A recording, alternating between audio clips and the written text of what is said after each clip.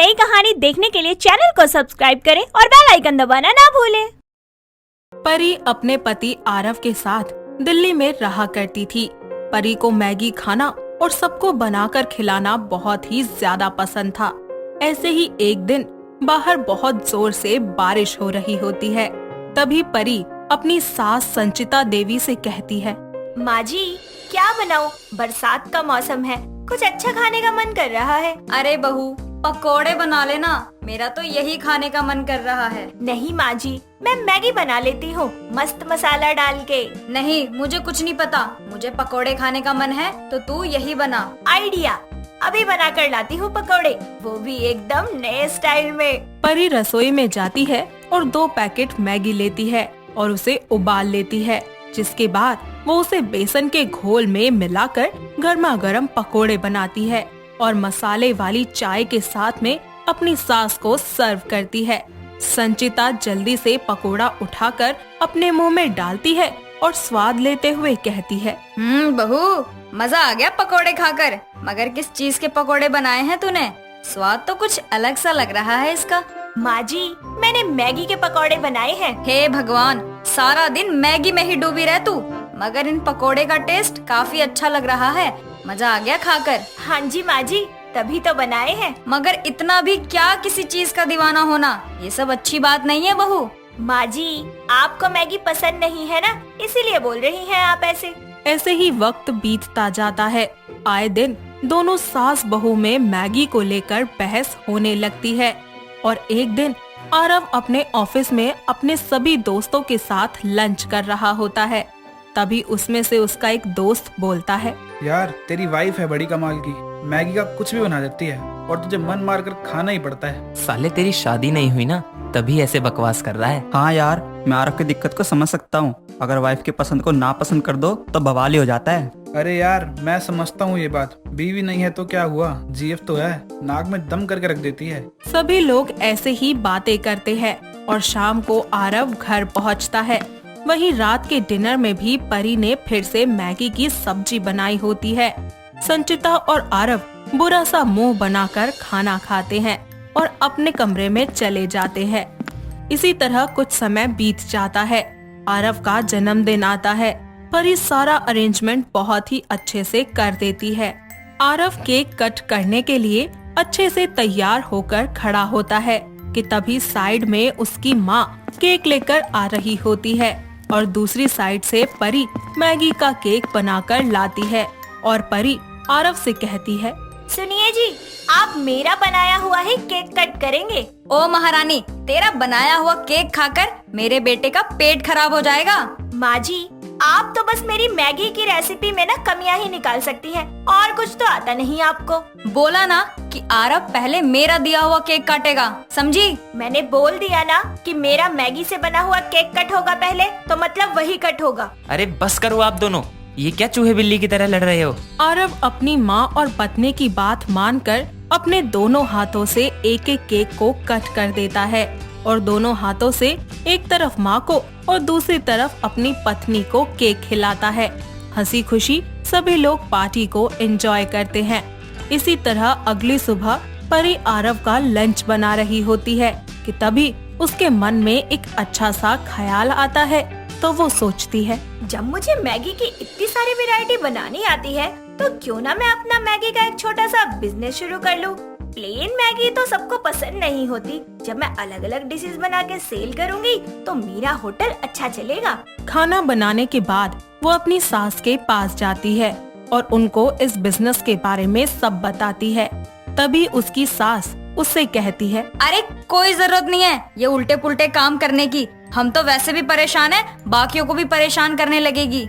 माँ जी उल्टे काम है ये? अच्छा चलो एक बात बताओ, आज तक मैंने मैगी की जितनी भी रेसिपी बनाई है, क्या उनमें टेस्ट नहीं था? हाँ हाँ टेस्ट होता है, मगर इसका मतलब ये नहीं कि हमेशा वही चीज खाते रहें। और अब महारानी को मैगी का स्टॉल खोलना है। हाँ माँ जी, मैं तो होटल खोल के ही रहूंगी, चाहे आप साथ दो या ना दो। और देखना जिस दिन मेरा होटल फेमस हो गया ना, आपको उसके आसपास भी नहीं भटकने दूंगी। दोनों सास बहू स्टॉल खोलने को लेकर बहस करने लगती हैं। समय बीतता जाता है और एक दिन परी आरव से इस बारे में बात करती है और उससे कहती है, आरव, मुझे ना मैगी का स्टॉल खोलना है, क्या तुम मेरा साथ दोगे? अरे पागल, खुद को मास्टर शेफ समझती हो क्या? मगर उससे कम भी नहीं समझती हूँ खुद को। मेरे पास तुम्हारी इन फालतू बातों के लिए ना टाइम नहीं है। शादी करते वक्त तो इतने वादे किए थे, हर जगह साथ दूंगा, हमेशा साथ निभाऊंगा। अब क्या हुआ? हवा हो गई ना सारी चीजें। करती रहो बकबक, मैं चला। परी आरव को बहुत समझाती है, मगर आरव भी उसको मना कर देता है। परी बहुत उदास हो जाती है तो वो खुद से बोलती है, कोई मेरा साथ नहीं दे रहा, मगर मैं अपना मैगी का स्टॉल खोल कर ही रहूंगी। और जब मेरा स्टॉल एक होटल में तब्दील हो जाएगा ना, तब समझ आएगा इनको कि मैं कितनी बड़ी मास्टर शेफ हूँ, मास्टर शेफ। ऐसे ही समय बीतता जाता है और परी मैगी का स्टॉल खोलने का ठान ही लेती है। और कुछ ही समय के बाद वो एक छोटा सा मैगी का स्टॉल खोल लेती है, जहाँ वो मैगी की बहुत सारी वैरायटीज बनाती है, जैसे कि मैगी के समोसे, Maggi roll, Maggi paratha, Maggi sandwich आदि। धीरे धीरे उसका स्टॉल चलने लगता है। बूढ़े से लेकर जवान तक हर आदमी उसके स्टॉल के सामने आकर खड़ा हो जाता है। ऐसे ही एक दिन उसकी तरक्की देखकर उसकी पड़ोस की एक औरत उसके घर जाकर उसकी सास संचिता से कहती है, वाह संचिता बहन, तुम्हारी बहू का तो बहुत नाम हो गया। अब तो गली मोहल्ले में सब उसको मैगी वाली बहू कहने लगे हैं। तो बहू किसकी है ये बता। हाँ हाँ तेरी है, मगर लक्षण तो तेरे जैसे नहीं हैं। अच्छा, तो मेरे घर में आके मेरे लिए ही बोल रही है तू? अरे तो चल बाहर भी बोल देती हूँ। अरे जाना तू। और रही बात मेरी बहू की, तो तू एक काम कर, पहले अपनी बहू के ऊपर नजर रख, जिसे कुछ आता ही नहीं। हाँ, एक तो तारीफ करी, ऊपर से मुझे ही सुना रही है। संचिता को अपनी पड़ोसन पर गुस्सा आ जाता है तो वो उसे घर से निकाल देती है। ऐसे ही समय बीतता जाता है।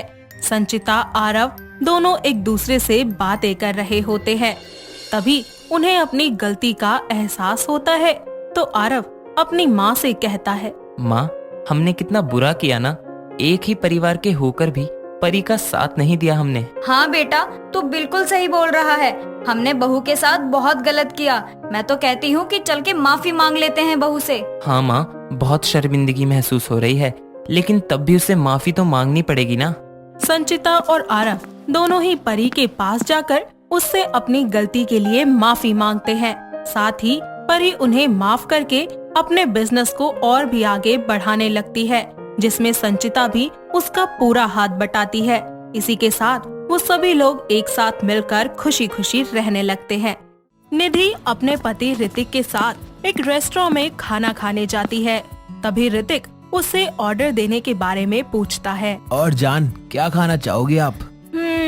जान, कुछ समझ नहीं आ रहा, क्या ऑर्डर करें? चलो आज तुम मेरी पसंद का खा कर देखो। ठीक है बेबी। फिर ऋतिक उसके लिए शाही पनीर और बटर नान ऑर्डर कर देता है।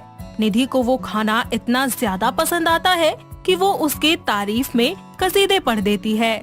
दोनों वापस घर लौटते हैं और निधि के मुंह में शाही पनीर का स्वाद कुछ इस तरह से घुल जाता है कि वो हर दिन ऋतिक से शाही पनीर ही मंगवाने लगती है। और निधि के साथ साथ ऋतिक को भी रोजाना वही खाना पड़ता है और वो इससे बहुत ही ज्यादा परेशान हो जाता है। ऐसे ही एक दिन वो अपने कमरे में बैठकर सोचता है, यार मैंने ये क्या कर दिया? अरे तेरा दिमाग खराब हो गया था क्या, जो तूने निधि को शाही पनीर ही खिलाया और कुछ नहीं खिला सकता था क्या? अब खाना पड़ रहा है ना रोज रोज ये पनीर, कुछ तो करना पड़ेगा वरना ये पनीर मेरा सारा बजट खराब कर देगा। ऋतिक अपने ख्यालों में ही खोया हुआ था कि इतने में ही निधि उसके लिए खाना लेकर आती है और फिर उससे कहती है, देखो बेबी, मैं तुम्हारे लिए क्या बना कर लाई हूँ। लेट मी गेस, शाही पनीर। अरे वाह, मेरा बेबी कितना समझदार है, झट से पता कर लिया। बस पता था, और बना ही क्या सकती हो तुम, दिमाग का दही हो गया है खा खा कर मेरा। कुछ कहा तुमने? नहीं नहीं बेबी, मैंने तो कुछ नहीं कहा, भला मैं तुम्हें कुछ कह सकता हूँ क्या? ओ मेरा बेबी, कितने अच्छे हो ना तुम। चलो आज मैं तुम्हें अपने हाथों से खाना खिलाऊंगी, मुंह खोलो। नहीं। क्या हुआ बेबी? बेबी वो क्या है ना, आज मेरी कुछ तबीयत ठीक नहीं लग रही, मैं आज नहीं खा पाऊंगा। वो मुझे वॉमिट जैसा फील हो रहा है। क्या है ना, पेट कुछ ठीक नहीं लग रहा है। बेबी बात क्या है बताओ ना। अरे ऐसी भी कोई बड़ी बात नहीं है, बस थोड़ा सा दर्द है। तुम रख दो, मैं बाद में खा लूंगा। अभी दवाई खाई है मैंने। अरे कोई बात नहीं, एक बार मेरे हाथों से खाना खाकर तो देखो, तुम्हारे सारे दर्द गायब हो जाएंगे। इतना ड्रामा करने का क्या फायदा हुआ, खाना तो मुझे अब भी खाना पड़ रहा है। इसके बाद निधि ऋतिक को खुद अपने हाथों से शाही पनीर खिला देती है और वहाँ से चली जाती है।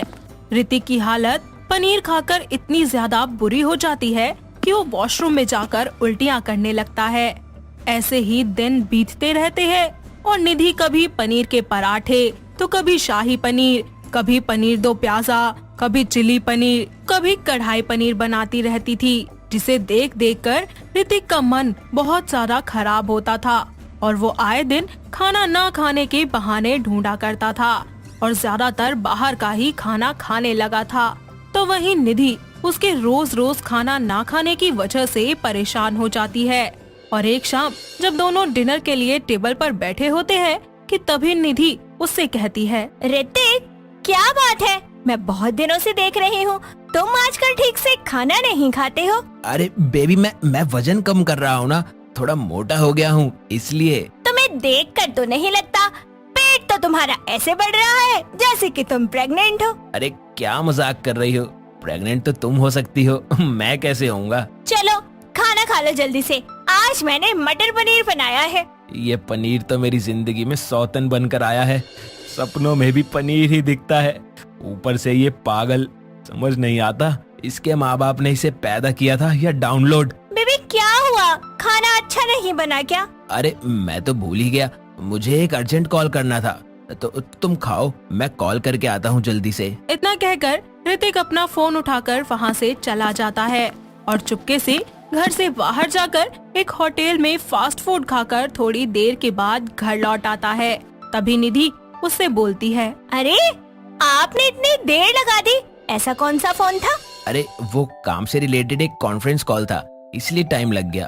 तुमने खाना तो खा लिया ना? और नहीं तो क्या, आपके इंतजार में भूखी बैठी रहती क्या? खा लिया मैंने खाना और आपके लिए रखा है, आप भी खा लेना। इसी तरह वक्त बीतता जाता है और निधि का शाही पनीर बनाना बंद नहीं होता और ऋतिक रोजाना बाहर से खाना खा खा कर बीमार होना शुरू हो जाता है और उसके पेट में दर्द रहने लगता है। ऐसे ही एक दिन उसे ऑफिस में कुछ अजीब सा महसूस होता है, जिसके कारण वो वापस घर लौट आता है। साथ ही उसके पेट का दर्द और भी ज्यादा बढ़ जाता है। निधि उसकी हालत देखकर उसे पुदीन हरा बनाकर देती है और ऋतिक अपने कमरे में चला जाता है। काफी देर होने के बाद निधि उसके कमरे में जाती है तो देखती है कि ऋतिक नीचे जमीन पर लेटा हुआ था। वो दौड़कर उसके पास जाती है और उसे उठाती है, साथ ही उससे पूछने की कोशिश करते हुए बोलती है, बेबी बेबी व्हाट हैपेंड?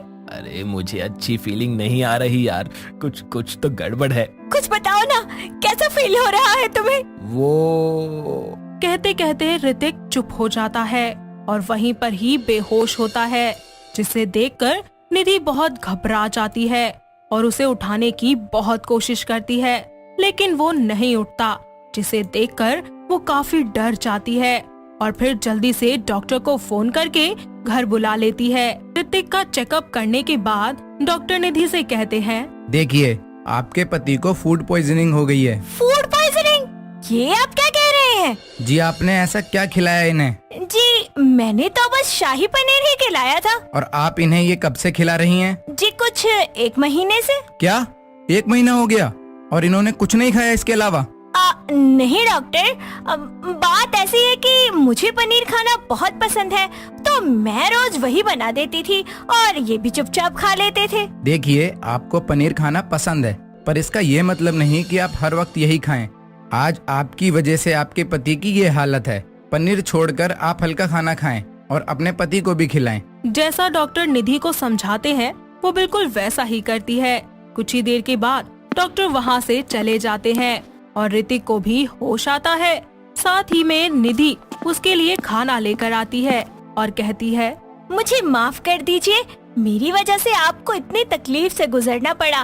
मैं ये भूल ही गई थी कि पनीर खाना अगर मुझे पसंद है तो आप कैसे डेली डेली उसे खा सकते हैं। नहीं नहीं निधि, सॉरी मत कहो। असल में गलती मेरी है।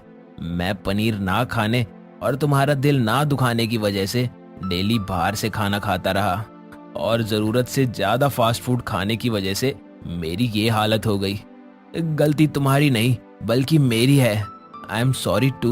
चलिए कोई बात नहीं, अच्छा ही है ना कि हम दोनों को अपनी अपनी गलती का एहसास हो गया।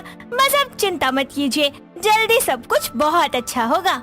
जरूर, हम दोनों मिलकर करेंगे। चलिए अब अपना मुंह खोलिए, आज मैं आपको टेस्टी टेस्टी खाना खिलाने वाली हूँ। ठीक है बाबा, खिला दो। इस सब के बाद निधि कभी भी पनीर से जुड़ी कोई भी चीज ऋतिक को आम तौर पर नहीं खिलाया करती थी।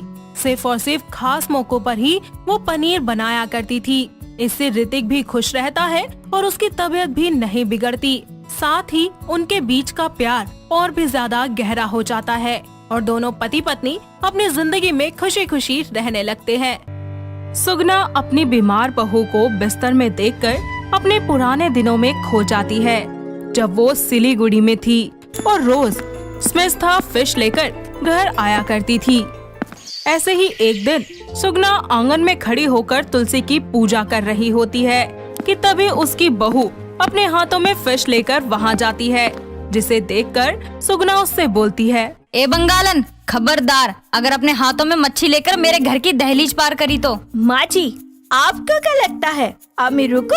ये बताइए, लास्ट में तूने बंगाली में क्या बोली? हिंदी में बोल के दिखा। अमी बंगाली, अमी शुद्ध बांग्ला बोलबो। अरे कुलटा बेशरम है तू। राधे राधे, मेरा पूरा घर इसने अपवित्र कर दिया।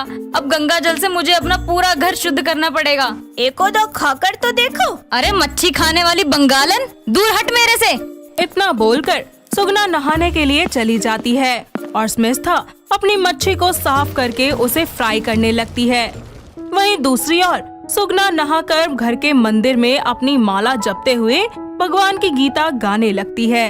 अच्युतम केशवम कृष्ण दामोदरम राम नारायणम जानकी वल्लभम। सुगना पूरी कोशिश करती है कि घर में बन रही फिश पर उसका ध्यान ना जाए, पर रसोई घर में बन रही फिश की महक सुगना से और बर्दाश्त नहीं होती, जिससे वो अपनी पूजा छोड़कर अपनी बहू के किचन के बाहर नाक बंद करके उससे बोलती है, अरे ओ नासपीटी, अब तक तेरी वो मच्छी बनी नहीं क्या? माँ जी, अभी तो बस फिश को फ्राई किया है, अभी तो थोड़ा टाइम लगेगा। अरे कुलटा कहीं की, पहले इस घर में मांस मच्छी का नाम तक नहीं लिया जाता था, और अब बनता है ना। हाँ जी की बच्ची, आज तेरी वजह से मेरे घर में 2 रसोई बन गए हैं। तो की भालो, आप बोलो तो फिर से एक बार एक कर दे। अरे करम जली, अपनी हरकतें नहीं सुधार सकती तो कम से कम अपनी जुबान तो सुधार ले। इतना बोलकर सुगना खुद को शांत करने के लिए बाहर जाती है। तभी एक औरत वहाँ मच्छी लेकर आकर उससे बोलती है, रेहू मच्छी है, ताजी ताजी, अब भी समुद्र से पकड़ कर लाई हूँ। पूरे सिल्लीगुड़ी में नहीं मिलेगी ऐसी मच्छी, ले लो फटाफट। दूर हट, एक वो नासपीटी रोज रोज मेरे घर में मच्छी लेकर घूमती रहती है, और तू आ गई मेरे पास हाथों में मच्छी की टोकरी लेकर। विनय से बोलना पड़ेगा ये शहर छोड़ने को। सुगना गुस्से में घर जाती है, जहाँ स्मिथा फिश के कांटों को अलग करके उन्हें खा रही होती है। उसे ऐसे खाते देखकर सुगना मुंह बना लेती है और सीधे अपने कमरे में जाकर बैठ जाती है, और स्मिथा अच्छे से अपने हाथों को साफ करके अपनी सास के लिए खाना लेकर उसके कमरे में जाती है और बोलती है, की भालो, अरे तुझे कितनी बार बोला है कि फिश खाकर मेरे पास मत आया कर। अब बच्चों की तरह मुंह बनाना बंद कीजिए और खाना खा लीजिए। मैं अपना हाथ मुंह अच्छे से धोकर आई हूँ। सच बोल रही है ना? हाँ माँ जी, अब तक तो विनय घोर न खियालो, मैंने उनके लिए फिश कढ़ाई बनाई है। स्मिथा की ये बातें सुनते ही सुगना खाना छोड़ देती है और गुस्से में पानी पीकर लेट जाती है, जिस पर स्मिथा अपनी सास से कहती है, अब की बोलो। अरे भले ही हम लोग मारवाड़ी हैं, पर हम लोग कभी भी मांस मच्छी नहीं खाते, और मेरा बेटा तेरे साथ रह रह के ये सब खाना सीख गया, और आज अपने बेटे की वजह से मैं ये सब कुछ सह रही हूँ। अगर विनय मेरा इकलौता बेटा नहीं होता ना तो मैं कभी शहर में आती, ना तुझे अपनाती। रहने दीजिए माँ जी, मुझे पता है कि आप मुझसे कितना प्यार करती है। बस आपको मेरा फिश खाना पसंद नहीं है। तो छोड़ क्यों नहीं देती? माँ जी, फिश खाना सेहत के लिए बहुत अच्छा होता है। मैं तो बोलती हूँ एक बार आप भी ट्राई करो। करमजली, तुझसे तो बात करना ही बेकार है। जब भी मुंह खोलती है मुंह से मच्छी ही निकलती है। दोनों एक दूसरे से बातें कर ही रही होती है कि तभी वहाँ पर विनय आ जाता है और घर में आपको अपने ट्रांसफर के बारे में बताता है, जिस पर सुगना बहुत ही ज्यादा खुश हो जाती है और अपने बेटे से बोलती है, भगवान ने तो मेरी सुन ली। राधे राधे, लाख लाख शुक्रिया तेरा। अच्छा बेटा, तेरा ट्रांसफर कहाँ हुआ है? पुष्कर में है, परसों निकलना है बस। क्या? राधे राधे, अब मुझे रोज रोज ये मांस मच्छी का मुंह देखना नहीं पड़ेगा। सुन ले बहू कान खोलकर, अब तू घर में मच्छी लेकर नहीं आ सकती, और अगर इतना ही खाने का शौक हो ना तो बाहर जाके खा लियो। सोचती नहीं लाऊंगी उस घर में फिश। सुगना खुशी के मारे अपने वहाँ जाने के दिन गिनना शुरू कर देती है और फाइनली वो लोग सिलीगुड़ी छोड़कर वहाँ चले ही जाते हैं और वो तीनों पुष्कर में शिफ्ट हो जाते हैं। इतना ही नहीं, अब स्मिथा कभी घर में फिश भी नहीं लाती थी और जब उसका दिल करता था तो वो विनय के साथ बाहर जाकर खा लिया करती थी। ऐसे ही एक दिन स्मिथा की तबीयत बहुत खराब हो जाती है और उसकी हालत इतनी ज्यादा बिगड़ जाती है कि वो अधमरी हालत में आ जाती है और उसे तुरंत हॉस्पिटल में एडमिट करवाना पड़ता है। अपनी बहू की ऐसी हालत देखकर सुगना को जरा भी अच्छा नहीं लगता। कुछ ही देर के बाद जब डॉक्टर स्मिथा का चेकअप करके वार्ड से बाहर आते हैं तब सुगना उनसे बोलती है, डॉक्टर मेरी बहू कैसी है? ठीक तो है ना वो? जी वो ठीक है, पर उनकी बॉडी में कमजोरी बहुत ज्यादा है, जिस वजह से उनकी ये हालत है। उनकी बॉडी में फैटी एसिड और प्रोटीन बहुत ज्यादा कम है। तो क्या मेरी बहू कभी ठीक नहीं हो पाएगी? नहीं नहीं, ऐसी बात नहीं है माता जी। आप अपनी बहू को फिश खिला सकती हैं, इससे वो जल्दी रिकवर हो जाएंगी। ये सारी बातें सुगना अपने बेटे विनय को बताती है और विनय स्मिथा के पास जाता है और उसे डॉक्टर की कही सारी बातें बता देता है, जिस पर वो उसे मना करते हुए कहती है, नहीं विनय, इस घर में फिश नहीं आएगी। यहाँ आने से पहले मैंने माँ जी को प्रॉमिस किया था कि मैं इस घर में फिश नहीं लाऊंगी। देख बहू, अगर डॉक्टर ने बोला है कि तुझे फिश खाना है तो तुझे खाना ही होगा। पर माँ जी, मैं इस हालत में बाहर जाकर फिश नहीं खा सकती। अरे तू क्यों जाएगी? विनय है ना, वो ले आएगा तेरे लिए। पर माँ, मैं काम के सिलसिले में कुछ दिन के लिए शहर से बाहर जा रहा हूँ, अब आपको इस मिस्टर को देखना होगा। इतना बोलकर विनय वहाँ से जाने की तैयारी करने लगता है और शाम को ही निकल जाता है। तो वहीं सुगना स्मिथा को घर ले आती है और उसकी पूरी देखभाल करती है, जिसके बाद अपनी बहू को बिस्तर पर पड़ा हुआ देखकर पुराने दिन याद करती है। इतना ही नहीं, इतना सब होने के बाद वो जल्दी से मार्केट जाकर बनी बनाई फिश लेकर आती है और अपनी बहू को परोस देती है। जब तक स्मिथा ठीक नहीं हो जाती, सुगना ऐसा ही किया करती और एक दिन वो अपनी बहू से कहती है, अरे बंगालन, तू तो ऐसे बीमार पड़ी जैसे मछली बिना पानी के तड़पने लगती है। वैसे मैं और दिनों तक तुझे मछली नहीं खिला सकती। जल्दी से ठीक हो जा और खुद लाके बनाकर खा। तुम्हें खूब सुंदर। एक तो तेरी बंगाली भाषा मेरे तो पल्ले ही नहीं पड़ती। मैंने कहा कि आप बहुत अच्छी हैं। सच में तूने यही बोला या फिर और कुछ? शौकती, मैंने यही बोला। कुछ ही दिनों में स्मिथा की तबीयत बिल्कुल ठीक हो जाती है और एक बार फिर से वो आए दिन अपने लिए फिशेस की नई नई डिशेस बनाना शुरू कर देती है और दोनों सास बहू पहले की तरह ही एक साथ लड़ते झगड़ते रहना शुरू कर देती हैं। तो दोस्तों, कैसी लगी आपको हमारी ये फिश खाने वाली बहू की कहानी? क्या आपके घर के आसपास भी है कोई ऐसी बहू? अगर हाँ, तो उन्हें ये वीडियो दिखाइए और हमें कमेंट करके बताइए। दोस्तों, अगर आपको ये कहानी पसंद आई तो इसे लाइक करें, शेयर करें और कमेंट करके बताएं कि कहानी में आपको सबसे अच्छा क्या लगा।